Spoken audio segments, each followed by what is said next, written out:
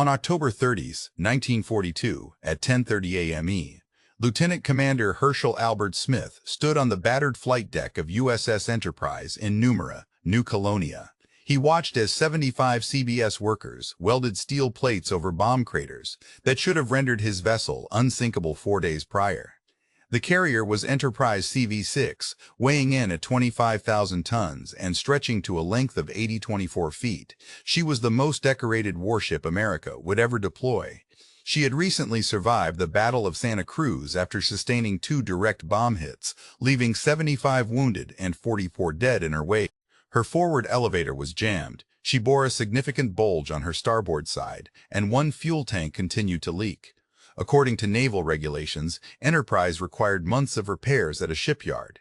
However, no other carriers remained operational. Lexington had been lost at the Battle of Coral Sea.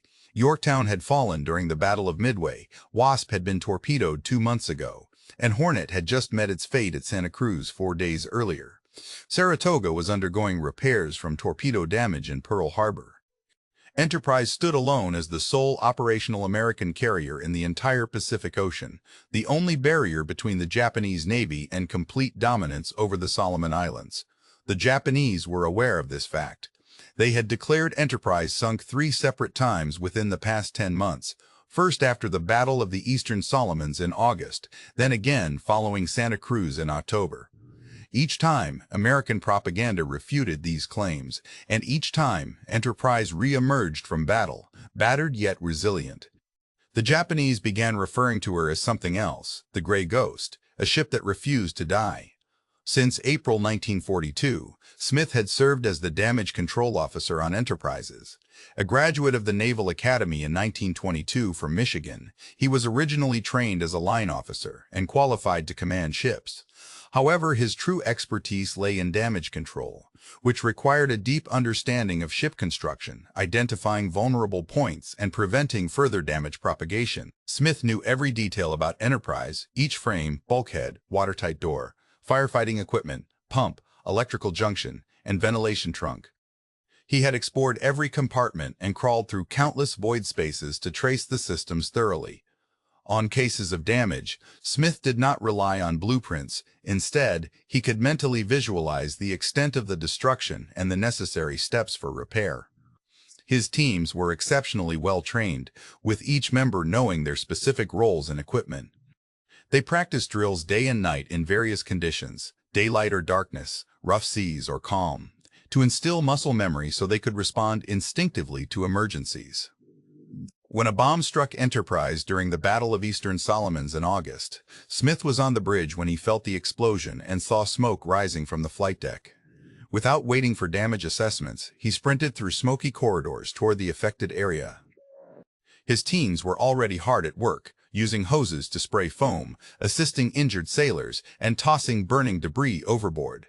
Smith quickly evaluated the situation. The bomb had breached 3 deck levels. Fires were rapidly spreading afterward. Half of the ship lost electrical power. He issued immediate orders: contain the fire, reinforce this bulkhead, reroute emergency power through these circuits, and pump water from these compartments. His team swiftly carried out his instructions. The fires were brought under control. During the Battle of Santa Cruz in October, the USS Enterprise sustained 2 direct hits and 2 near misses within 5 minutes. When the first bomb struck, Smith was below deck and was knocked off his feet by the explosion. In the darkness that followed, emergency lighting activated moments later. He checked for injuries but found none, then hurried toward the damaged area. Before he could arrive, a second bomb hit closer to him, sending another powerful blast wave that threw him against a bulkhead again. Amidst the turmoil in the ship's front section, smoke billowed through the corridors. Men were screaming, some of them on fire or entangled under debris. Overhead wires sparked as they dangled precariously. Water was flooding in due to ruptured firefighting hoses. Smith began issuing commands: evacuate these men, disconnect that power source, seal off these hatches, and pump out this compartment. His voice pierced through the din, and his team responded accordingly. They understood he would not assign them tasks beyond their capabilities. They had faith in him and followed his lead. The damage sustained during the Santa Cruz incident should have capsized the Enterprise. Two bombs penetrated deep into the vessel's interior, causing structural damage to the hull from near misses and flooding several compartments. Fires posed an additional threat to ammunition stores, each issue capable of sinking the ship if not swiftly managed. Yet, despite these severe challenges, Captain Smith and his crew successfully brought them under control. At Nouméa, Smith oversaw repairs for 4 days with a team of 75 construction battalion servicemen, CBS. These workers were primarily construction laborers rather than damage control experts, yet they possessed exceptional skills as welders, carpenters, and mechanics. Under Smith's guidance, they devised innovative solutions. Working around the clock in rotating shifts, welders consumed hundreds of electrode rods, while carpenters crafted custom wooden plugs to seal jagged holes on the flight deck. Mechanics employed makeshift cables and pulleys to restore functionality to a jammed elevator. While far from ideal or aesthetically pleasing, these measures were effective enough for the ship's immediate survival. However, Smith remained aware that Enterprise was still at risk when it departed on November 11th with repairs unfinished. Should another impact occur in the same bow area damaged by the initial blast during the Battle of Santa Cruz, hastily applied steel plates could fail. Similarly, a strike near the makeshift elevator might cause its collapse onto the hangar deck below. A torpedo hit to the hull where it was previously weakened could result in rapid flooding that overwhelmed the pumps. All these scenarios posed a grave danger, potentially sinking Enterprise within minutes. Smith understood that no battle plan remains intact once it comes into contact with an enemy force. Ships sustained damage, and sailors lost their lives. His only option was to prepare his teams to react swiftly, accurately, and as if their survival hinged on the actions they would take in the immediate minutes ahead. During the 4-day period from November 12th to November 15th at Guadalcanal, Enterprise escaped further hits. Smith and his crew were fortunate. The Japanese were preoccupied with being decimated by American aircraft, leaving them unable to effectively target the carrier. However, the CBS continued its work undeterred. They completed repairs on the elevator, reinforced hull patches, and restored all systems to full operational capacity. The ship had undergone maintenance during active combat operations, which was unprecedented. On November 10th, a message revealed that Japanese battleships were en route to Guadalcanal with plans to bombard Henderson Field and obliterate the American airbase, followed by landing reinforcements to reclaim the island. Enterprise needed to sortie immediately that night, regardless of its current state. Captain Osborne Bennett Hardison received this directive at 1800 hours. At 49 years old, he was part of the Naval Academy's class of 1916 and hailed from North Carolina. He had been in command of the Enterprise for precisely 10 days when he reviewed the damage reports and turned his gaze toward Smith. His single probing question revealed everything. Could she still fight? Smith provided an honest assessment of the situation. The forward elevator was immobile, leaks continued to plague the hull, and watertight integrity had been compromised. If they suffered another direct hit in a vulnerable spot, the ship would sink rapidly. However, her engines were operational, steering functioned properly, and aircraft could still be launched from the catapults. In essence, despite her injuries, she was capable of combat. Hardison made his decision.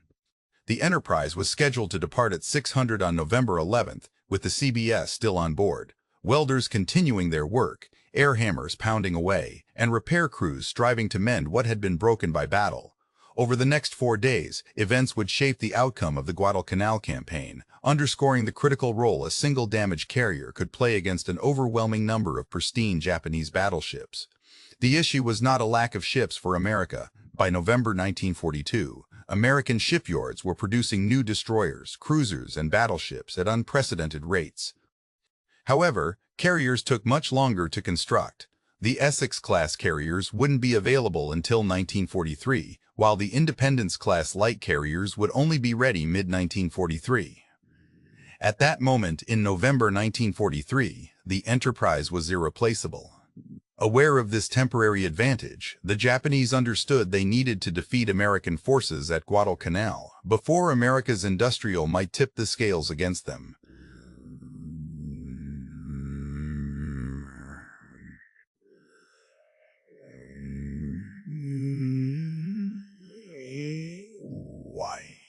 Cruisers and destroyers would safeguard troop transports.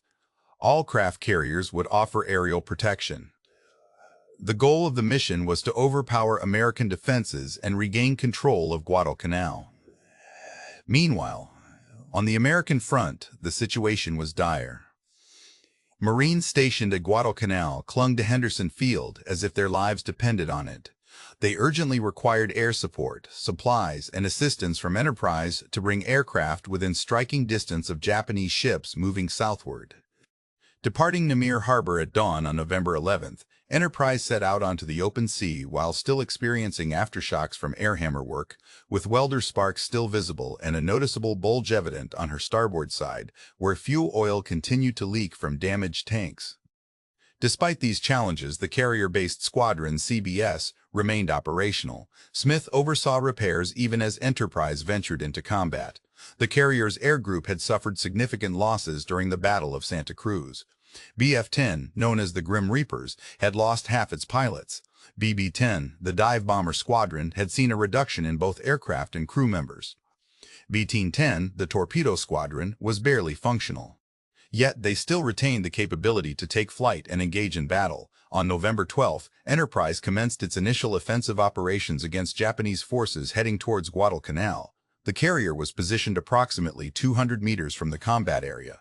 Her aircraft had to navigate through various weather conditions, rely on dead reckoning for positioning, locate targets over vast stretches of open ocean, and return to a ship in motion. Despite having performed these maneuvers for several months, the pilots made it appear routine, even though the task was far from easy. At 09 hours, Enterprise's bombers spotted the Japanese cruiser Kunigasa, which had been steaming northwest following an overnight bombardment of Henderson Field. The ship believed it had managed to escape undetected. This assumption proved incorrect when Enterprise's dive bombers arrived on the scene. Douglas SBD Dauntless aircraft from Bombing Squadron 10 approached from a height of 12,000 feet. Kunigasa attempted evasive maneuvers and deployed heavy anti-aircraft fire in response. However, the American pilots had honed their skills through extensive dive bombing training over many years. At precisely 9:36 a.m., they struck Kunigasa with 500-pound bombs. The first bomb hit a 13-minute machine gun position near the bridge, causing an explosion that ignited fires in the forward gasoline storage area. Captain Sawa and his executive officer perished instantly. The ship began to list to port as more flooding occurred from near misses. A second wave of bombers followed shortly thereafter, delivering further hits that disabled Kunigasa's engines and rudder. Kunigasa's fate was sealed as she lacked both propulsion and steering capability, eventually capsizing and sinking. At 13:45 hours, 511 crew members perished with her. The aircraft from Enterprise returned to their carrier, where the pilots relayed news of the successful strike. They then proceeded to refuel and rearm themselves. In the ready room, they consumed cold sandwiches while awaiting further missions. Among them were young pilots just 19 years old who had been in combat for 9 months already, aware that additional targets awaited.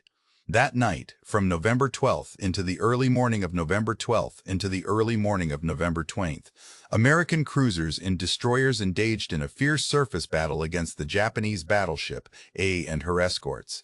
The encounter commenced shortly after 0:13 hours under conditions of extreme darkness. Once searchlights illuminated the scene, guns began firing at close range. Due to the proximity of the ships, some shells passed through without detonating because their fuses hadn't armed. Hay was a Congo-class battleship, weighing in at 14,000 with 8 14-inch guns and substantial armor. Despite her formidable capabilities, she failed to obliterate the American force due to the chaotic nature of the night engagement. Meanwhile, American destroyers launched torpedoes into the fray. American cruisers engaged in close-range combat, firing numerous shells, both 8-inch and 6-inch, onto the target vessel. The relentless barrage caused significant damage to her steering mechanisms and disabled her forward turrets. A torpedo strike further compromised her integrity by flooding several compartments. By morning light on November 13th, she was severely crippled, barely able to maneuver at a speed of no more than 8 knots northwest of Savo Island. Despite the critical condition, abandoning ship or scuttling it would have been prudent. Instead, efforts were made to salvage her. Destroyers stood by to evacuate the crew, while tugs from Shortland Islands were dispatched in an attempt to save the vessel. However, their optimism was misplaced, as they soon realized they had underestimated the situation. At 06:15 that same morning, aircraft from the USS Enterprise spotted her limping northward at a sluggish 8 knots, with oil trailing behind and listing 5 degrees to starboard.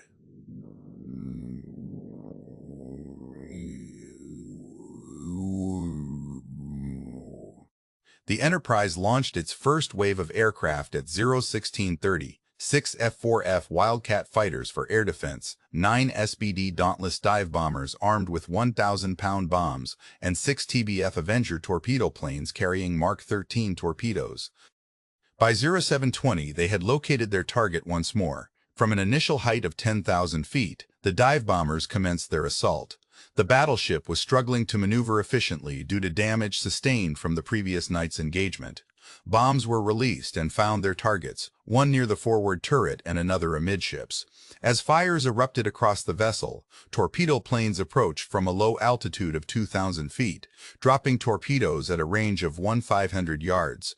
The battleship's anti-aircraft guns fired wildly in response, sending tracer rounds into the sky. Despite one Avenger being downed by this defensive barrage, its pilot forced a ditch into the ocean. The remaining torpedoes continued on their course and struck the battleship's port side at least twice, causing underwater explosions that compromised her hull integrity. Next came a fresh wave of attackers from Henderson Field, including additional dive bombers and torpedo planes. The strikes were relentless, with waves of aircraft hitting their mark repeatedly throughout the day. Soon, Army B-7 bombers from Espiritu Santo also joined in, dropping bombs from an altitude of 20,000 feet. Though unable to achieve pinpoint accuracy at this height, enough ordnance was delivered to ensure hits on the battleship. The relentless assault persisted well into the afternoon. Meanwhile, aircraft launched a second strike against the beleaguered ship from the carrier Enterprise at 0900 and followed up with another wave of attacks at 0:10. Rotating Marine squadrons from Henderson Field continued their presence. Army bombers consistently arrived at the scene. The Japanese attempted to offer aerial support with Zero fighters conducting combat air patrols over high, yet they were vastly outnumbered by American aircraft. By 14 filled hours, she had sustained between 5 and 8 torpedo hits as well as 7 to 8 bomb strikes. Her hull was compromised in several spots, causing water to flood the lower decks more rapidly than pumps could manage. Uncontrolled fires raged throughout the vessel. At 18:15 hours on November 13th, as darkness fell, the Japanese scuttled her using demolition charges.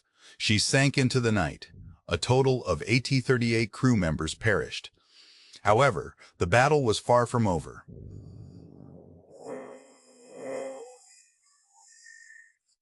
Cruisers, destroyers, and battleship Kirishima were heading for another bombardment run, along with 11 troop transports carrying a staggering 10,000 soldiers intent on reclaiming the island. Meanwhile, Enterprise persisted in launching waves of strikes despite her pilots being severely fatigued. Some had flown multiple missions daily over 3 consecutive days, while others had been shot down and rescued before flying again on the same day.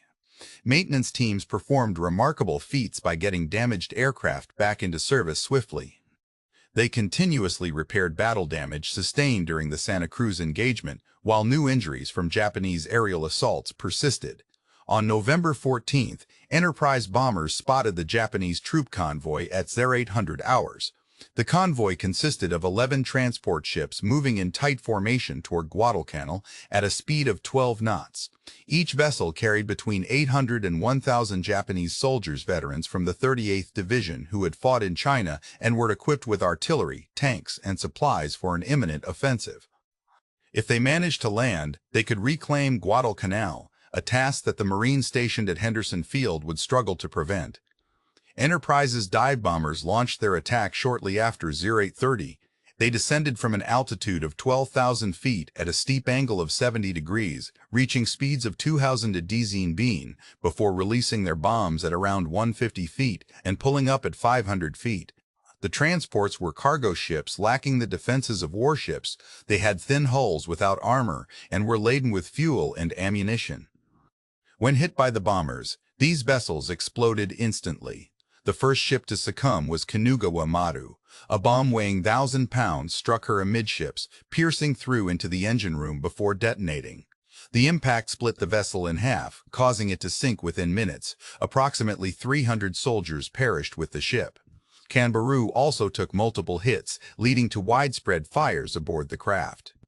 Although the captain attempted to steer the vessel toward shore, she sank before reaching safety, resulting in the drowning of roughly 450 soldiers. The Brisbane Maru was struck by 2 explosions caused by bombs. One bomb hit the forward cargo hold filled with ammunition, causing an explosion that severed the bow of the ship. The vessel sank tail first into the water. Shortly after 0900, aircraft from Henderson Field contributed to the assault with additional dive bombers. Targets were abundant as the convoy began to disintegrate, with each vessel attempting to flee on its own. However, there was no escape. The sea depth here measured a staggering 2,000 fathoms, making survival impossible for those who went down with their ships. At 0930, Army B-7 Dom bombers arrived from Espiritu Santo and began bombing runs from high altitude, although their accuracy lagged behind that of the dive bombers. Despite this, they managed to hit more targets and set several fires aboard the transports. Enterprise launched its second wave of aircraft at nows and hours, sending fresh pilots armed with additional bombs and torpedoes into battle. These new attackers found numerous smoking ships left vulnerable by earlier strikes. The attackers turned their attention to the survivors, and the carnage persisted until midday.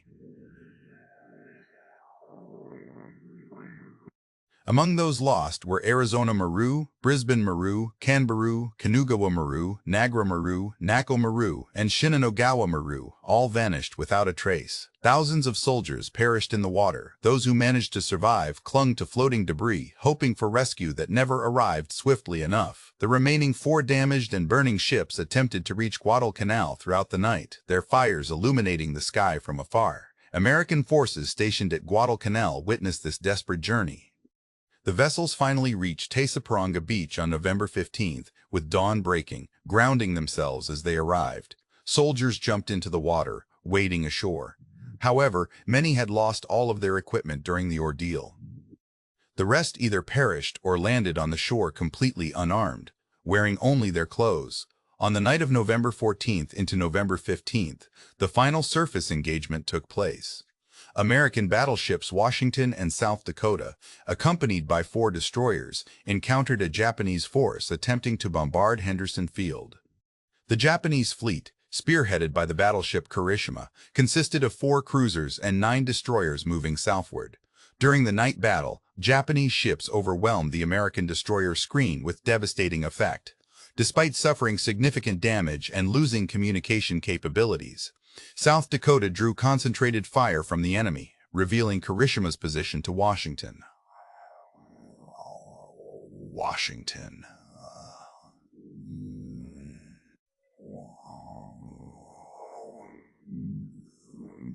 The Japanese ultimately scuttled Kirishima after midnight, marking the second battleship lost in 3 days. With dawn breaking on November 15th, the naval battle of Guadalcanal concluded.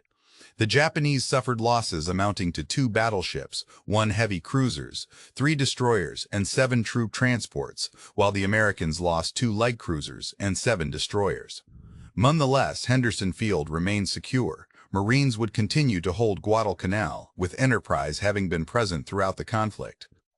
On November 16th, Captain Hardison transmitted a message to the Navy Department praising the skillful, well-trained, and highly motivated crew that had kept Enterprise operational despite her dire condition. Vice Admiral William Halsey, Commander South Pacific Area, sent a dispatch directly to the CB detachment. Your superior officer would like to convey his gratitude to you and your fellow members of the construction battalion for your diligent work in performing emergency repairs while under enemy fire. These men accomplished their tasks swiftly and competently, demonstrating a remarkable level of commitment, enthusiasm, and skill. The significance of those 4 days cannot be overstated. A carrier that was kept operational by a damage control officer along with 75 construction workers played a crucial role in sinking 2 battleships, 1 cruiser, and 7 transports. Their efforts contributed to the defense of Guadalcanal and significantly influenced the course of the Pacific War. The Japanese did not launch another major offensive against Guadalcanal after November 1942 and ultimately evacuated their troops from the area by February 1943. The island subsequently served as a key American base for the remainder of the conflict, with these 4 days being pivotal due to Enterprise's continued combat operations despite undergoing repairs. This was not an isolated instance. Enterprise had previously faced near-certain destruction during the Pearl Harbor attack on December 7, 1941. Adverse weather conditions delayed her task force's return, leading to her arrival in port the following day, December 8, to find the harbor devastated by enemy strikes. Interestingly, some of Enterprise's aircraft had flown over Pearl Harbor during the Japanese assault, and 7 of them were lost to both enemy fighters and friendly fire, resulting in 8 fatalities and 2 injuries among her aircrew members.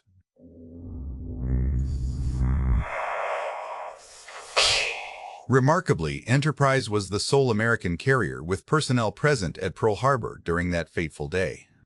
Just 3 days later, on December 10th, one of her aircraft managed to locate and destroy Japanese submarine Walt 70, marking it as the first enemy vessel sunk by American forces following the declaration of war.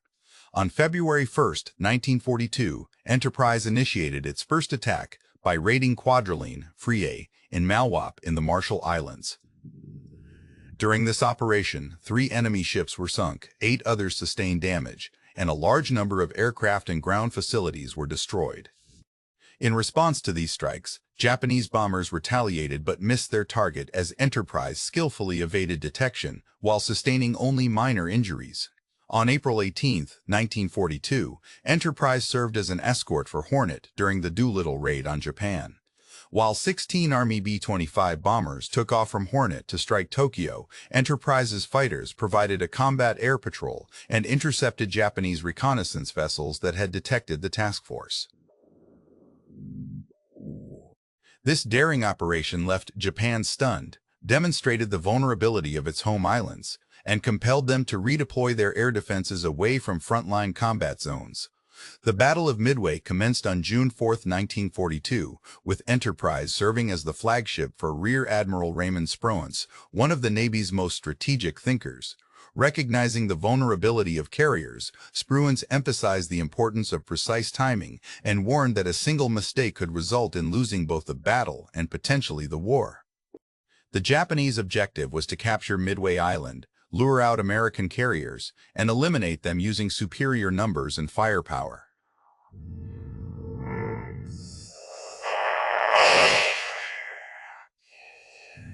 Admiral Yamapo led the combined fleet, which included 4 aircraft carriers in the strike force and 2 more with the invasion group, supported by 7 battleships, among them his flagship Yamato, known as the most formidable battleship ever constructed. Despite numerical superiority in ships, aircraft, and seasoned pilots, the Japanese faced a formidable adversary. They anticipated an effortless triumph, yet American intelligence managed to decipher Japanese naval communications. Admiral Nimitz was aware of the impending assault. He strategically positioned the USS Enterprise, USS Yorktown, and USS Hornet northeast of Midway Island, beyond the range of Japanese reconnaissance, ready for a surprise attack.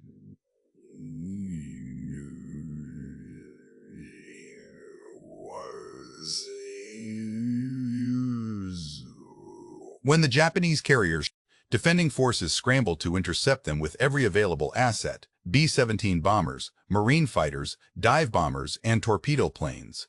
However, these uncoordinated efforts failed to inflict any damage on the enemy fleet. The Japanese downed a significant number of marine aircraft, making their carriers appear nearly impregnable. At 075, American carriers launched their counterattack with over unnamed aircraft aimed at locating and engaging 4 Japanese carriers. The USS Enterprise contributed 33 dive bombers, 14 torpedo planes, and 10 fighters. The USS Yorktown dispatched 417 dive bombers, 12 torpedo planes, and 6 fighters, while the USS Hornet sent out 35 dive bombers, 15 torpedo planes, and 10 fighters. Overwhelming force. 14 torpedo planes and 10 fighters. The squadrons became scattered and navigation proved challenging over such a vast ocean expanse. Some aircraft flew in the wrong direction and never encountered the Japanese fleet, while others missed their targets entirely, ran low on fuel, or had to return to their carriers due to insufficient reserves. Lieutenant Commander Eugene Lindsay led Torpedo Squadron Enterprises and Torpedo Squadron 6, which discovered the Japanese carriers at 092. The squadron comprised 15 Douglas TBD Devastators, slow, outdated, and highly susceptible to enemy fire. These planes launched their assault without fighter support or dive bombers to divert the Japanese defenses. Zero fighters swarmed around them as Japanese ships unleashed a barrage of anti-aircraft artillery into the sky. Despite these dangers, the torpedo bombers persisted with their attacks at low altitude, releasing torpedoes within close range. Of the 15 planes that engaged in combat, only 2 returned safely. Lieutenant Commander Lindsay lost his life during this mission. The sole survivor was Lieutenant Junior Grade George Gay, who managed to stay afloat after surviving a crash into the ocean and witnessed the remainder of the battle from there. Following Torpedo Squadron 6's unsuccessful assault, Torpedo Squadron 3 from Yorktown dispatched another wave of 12 Devastators. Of these, only 2 survived the onslaught. Shortly afterward, Torpedo Squadron 8 from Hornet sent out 15 aircraft, but only 1 returned unscathed. Out of a total of 41 torpedo planes that engaged in combat, 35 were destroyed. Notably, none of them managed to score any hits on the Japanese carriers. Despite appearing futile and resulting in significant American casualties, these torpedo attacks had an unintended consequence. They pulled the Zero fighters down to sea level to engage the torpedo bombers. This left the sky relatively unguarded. At precisely 9:25, Enterprise's dive bombers arrived at their target altitude under Lieutenant Commander Wade McCluskey's command. He led both Bombing Squadron 6 and Scouting Squadron 6 in a formation of 33 SBD Dauntless aircraft that had launched from the carrier earlier at 076. After reaching the anticipated interception point at 0824, where they expected to find the Japanese carriers, McCluskey made a critical choice that altered the course of the conflict. Rather than heading back to Enterprise once his fuel reserves dwindled, he opted to extend his search area.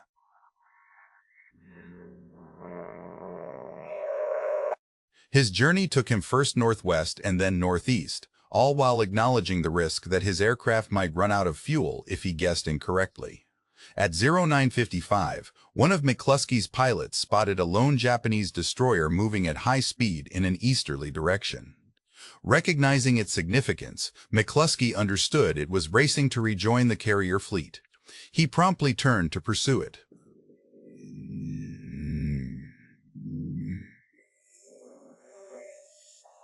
Abi sighting information.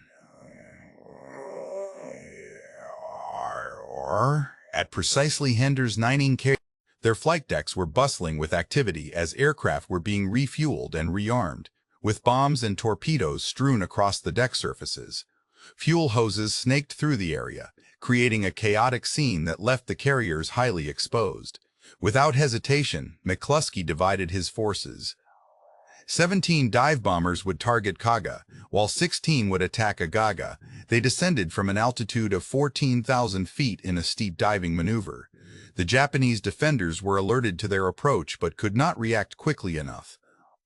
Zero fighters remained at sea level, out of effective range, and anti-aircraft guns struggled to target the dive bombers, plummeting directly down at speeds approaching 300 mph. The pilots aligned their targets in the bomb sights, adjusted for wind conditions, dropped their payloads from 1,500 feet, and pulled up to a height of 500 feet, enduring intense G-forces during the maneuver. The bombs then descended toward their intended marks. Gaga received 4 direct hits. A bomb breached the flight deck and detonated in the hangar area where aircraft were being armed, igniting aviation fuel and ammunition. Blazing fires rapidly engulfed the vessel. Another explosion occurred near the bridge, taking out the captain and much of his crew. Additional strikes on the flight deck sparked further conflagrations. Within minutes, Kaga was consumed by flames. Her crew battled valiantly against the inferno but could not halt its progress. The carrier burned for hours before being evacuated and eventually sunk to prevent it from becoming a hazard. Akagi sustained only one hit, yet it proved devastating. Lieutenant Dick Best led his trio of aircraft in releasing a 1,000-pound bomb that penetrated the flight deck midships. This caused an explosion within the hangar where planes were being reloaded with ordnance, igniting secondary blasts from munitions and fuel. Damage control efforts failed to contain the blaze. By late afternoon, Akagi, flagship of Admiral Nagumo's carrier fleet, had been abandoned. The vessel continued burning throughout the night until it was scuttled at dawn. Simultaneously, McCuskey's bombers struck both Kagi and Kaga, while Yorktown's dive bombers targeted Soryu. Within a few moments, 3 direct hits were registered, causing all 3 bombs to detonate among planes being refueled and rearmed. Consequently, Soryu rapidly succumbed to intense flames and sank by 7:13 p.m. that evening. In just 5 minutes, 3 out of the 4 Japanese carriers had suffered fatal damage. However, the battle continued as Hugh, the sole remaining carrier, evaded initial attacks due to its isolated position. At noon, Hiru launched her surviving aircraft against the American fleet. These planes located Yorktown first and inflicted significant damage with both bombs and torpedoes, leaving Yorktown immobile in the water. Enterprise then stepped in to neutralize Hiru. By 3:30 p.m., Enterprise dispatched 24 dive bombers that tracked down Hiru shortly after noon. American casualties included the sinking of the Yorktown and the destroyer Hammond by a submarine. Meanwhile, the Enterprise and Hornet emerged unscathed from the conflict. This battle marked a crucial turning point in the Pacific War, with Enterprise's dive bombers playing a decisive role thanks to McCluskey's strategic decision to expand his search area and follow one destroyer. The Battle of the Eastern Solomons took place on August 24, 1942. During this engagement, Enterprise successfully repelled numerous Japanese aerial assaults, while her own aircraft sank the light carrier Ryujo. 3 direct bomb hits and 4 near misses struck Enterprise, resulting in 74 fatalities and 95 injuries. Despite severe damage to the flight deck and hull, damage control teams managed to make emergency repairs. The ship then returned to Pearl Harbor under its own steam. Repairs were completed within 5 weeks, allowing her to rejoin active duty by mid-October. On October 26, 1942, at the Battle of Santa Cruz Islands, Enterprise sustained 2 more bomb hits, leading to 44 additional deaths and 75 injuries. Warnet was by the end of 1942, she had participated in 5 out of 6 major carrier battles in the Pacific theater. The only exception was the Battle of the Coral Sea, which she missed due to her late arrival. Throughout these engagements, Enterprise endured 5 bomb hits, suffered nearly 200 casualties, and was declared sunk by Japanese propaganda 3 times. Yet, she continued to fight on relentlessly, earning her well-deserved nickname, the Ghost of the Pacific. The Japanese were bewildered by the persistence of this ship appearing in battles despite their claims of sinking it.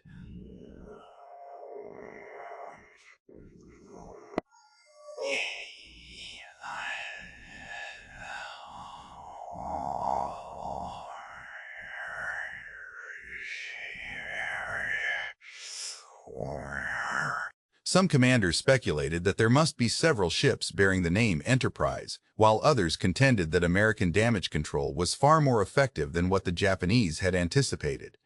However, the USS Enterprise possessed something intangible yet invaluable: leadership like that of Captain Smith, the CBS, Carrier Boarding Squadron, and commanders such as Hardison, who would lead a damaged vessel into combat when duty called.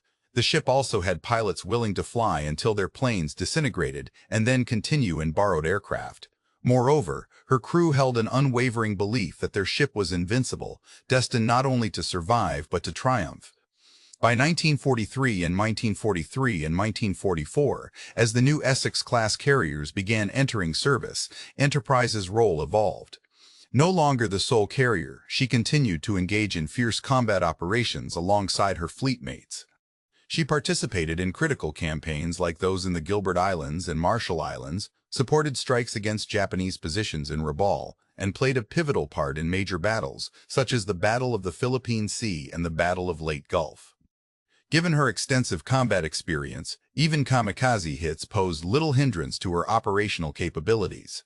Late in 1944, Enterprise also spearheaded pioneering efforts in nighttime carrier operations, was the first carrier to be equipped and trained for around-the-clock air operations. Her night fighters safeguarded the fleet against Japanese nighttime raids, while her night bombers targeted enemy bases under cover of darkness. This innovative approach proved so effective that the Navy established specialized night carrier air groups. In February 1945, Enterprise supported the invasion of Iwo Jima by maintaining continuous aerial surveillance over the island for 17 hours, with 17 hours of uninterrupted combat missions, a feat unmatched by any other carrier in history.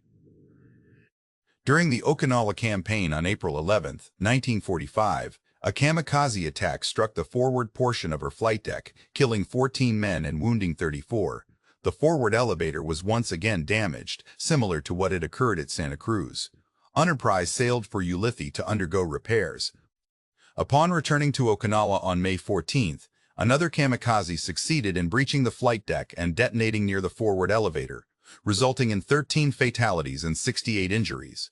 The blast created a gaping hole that penetrated multiple decks.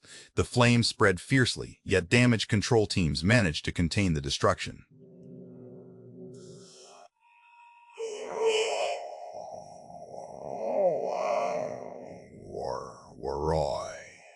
Without succumbing, despite the severity of the damage, repairs did not conclude until late August. By then, Japan had already surrendered, and the ship missed the historic ceremony in Tokyo. With 7 years of service and participation in 2,000 major battles behind her, the Enterprise was docked for repairs when the conflict ended. Her remarkable record included 911 enemy aircraft shot down by her fighter pilots and anti-aircraft gunners, along with 71 enemy vessels sunk and an additional 19 damaged or destroyed.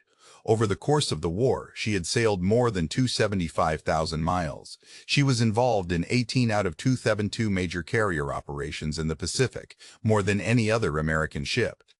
Her service earned her a total of 20 battle stars, 3 more than any other U.S. warship during World War II. Additionally, she received both the Presidential Unit Citation and the Navy Unit Commendation, unique honors for a single vessel. On November 23, 1945, in Southampton, England, Admiral T presented Enterprise with his pennant, an honor bestowed on no foreign warship for over 4 centuries.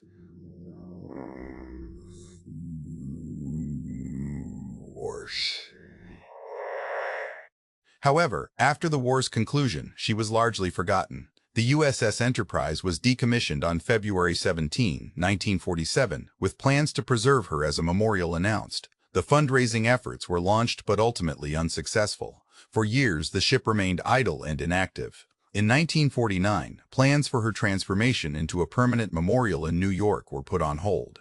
Later attempts to revive these ideas failed. On July 1, 1958, Enterprise was sold to Lippitt Corporation for dismantling. By March 1960, she had been completely removed. She was cut up for scrap metal at Kearney, New Jersey. Enterprise holds the distinction of being one of the most decorated ships in U.S. Navy history. Known as the Gray Ghost, she played a crucial role from Pearl Harbor to Okinawa and continued to fight despite sustaining significant damage. Ultimately, neglect and bureaucratic oversight led to her demise rather than enemy action. Some remnants survived. Her bell was donated to the Naval Academy at Annapolis. Her stern plate went to Rivervale, New Jersey, and anchor found its way to the Washington Navy Yard. A few portholes and fittings were saved by veterans, but the ship itself vanished. Herschel Smith, a damage control officer who kept Enterprise operational through 20 battles, retired from the Navy as a captain without receiving major recognition for his service.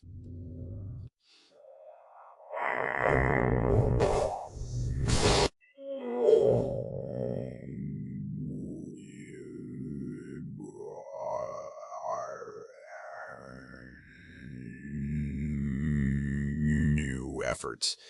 Design and crew efforts, they be setting torditation. He's not the Tennyfort Selvig. While some after-action reports mention Smith's name, no significant awards were bestowed upon him. Captain Hardison, who commanded Enterprise during critical battles in November 1942, eventually rose to the rank of Vice Admiral before retiring due to injuries sustained in a car accident, which ultimately led to his death in February 1959. He rests at Arlington National Cemetery, and his papers are safeguarded at the University of North Carolina. Most did not discuss their wartime experiences. They were builders, not celebrated figures. Their duty was to construct. That's all there was to it. Wade McCluskey, the air group commander whose leadership at Midway turned the tide of battle when he located a lone Japanese destroyer leading him to the enemy fleet, retired as a rear admiral and passed away in 1976. His actions were pivotal but largely unrecognized by history, the pilots who flew from Enterprise contributing significantly to making it the most formidable ship in the Pacific theater, generally returned to civilian life after the war's conclusion. Some continued their naval careers, others became airline pilots, while some reverted to farming in Iowa or working in factories in Michigan and offices across California. They had participated in what is arguably the greatest naval conflict ever recorded, yet they resumed ordinary American lives upon returning home. Over 30,000 men served aboard Enterprise throughout her 9 years of active service. Among them, and 1 foreign-listed personnel and 1 officer were awarded all 20 battle stars granted to the vessel. They saw action in every major engagement from Pearl Harbor through to Okinawa. Their names are enshrined in naval records, yet their individual stories have faded into obscurity. In a curious twist of fate, just as Enterprise was being decommissioned and sold for scrap in 1958, the Navy christened a new carrier named USS Enterprise, CBN-65, which became the world's first nuclear-powered aircraft carrier.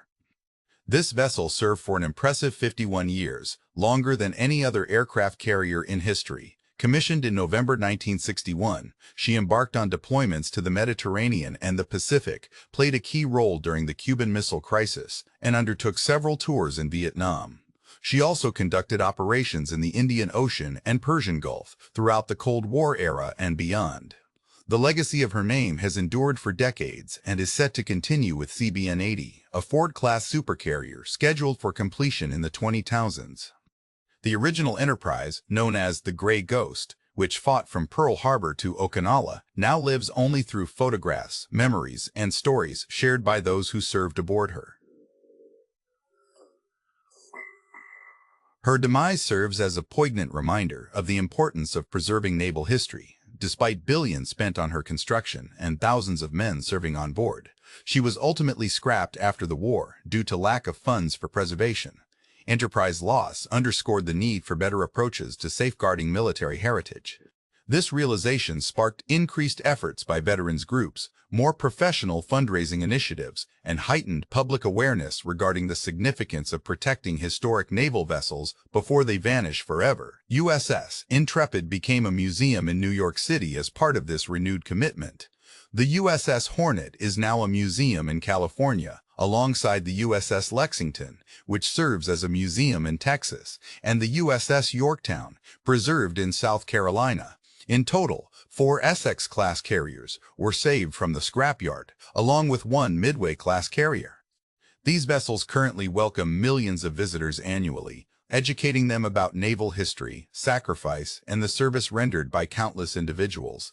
However, the loss of Enterprise, a ship that held immense significance due to its unparalleled number of battle stars earned during conflicts, was deeply felt. This absence served as a poignant reminder for Americans of the importance of preserving such historic vessels. In 1991, an historian investigating carrier operations in World War II discovered detailed records of Enterprise's history within naval archives. These documents included war damage reports, action logs, citations, crew lists, and narratives that chronicled how the ship, damaged at Santa Cruz and subsequently repaired by CBS workers, continued to engage in combat during critical battles like Guadalcanal, ultimately influencing the course of the Pacific War. The historian attempted to locate surviving veterans for interviews. Many had passed away, but some were still alive, though they were well into their 70s. They vividly recalled the acrid smell of aviation fuel and burning metal, the roar of aircraft engines and anti-aircraft fire, and the tremors beneath their feet caused by bomb impacts.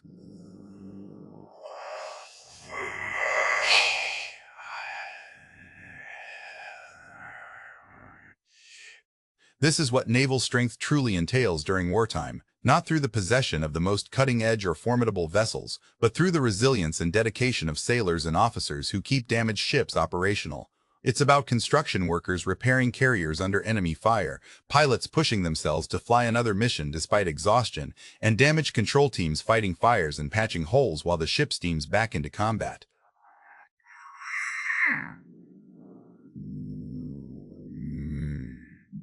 Its reputation didn't stem from being the largest or most technologically advanced vessel. Rather, it derived from its unyielding spirit and the unwavering belief of its crew that she could never be defeated. Every time the Japanese announced her destruction, there she was again, undeterred. The Gray Ghost, a ship that refused to succumb.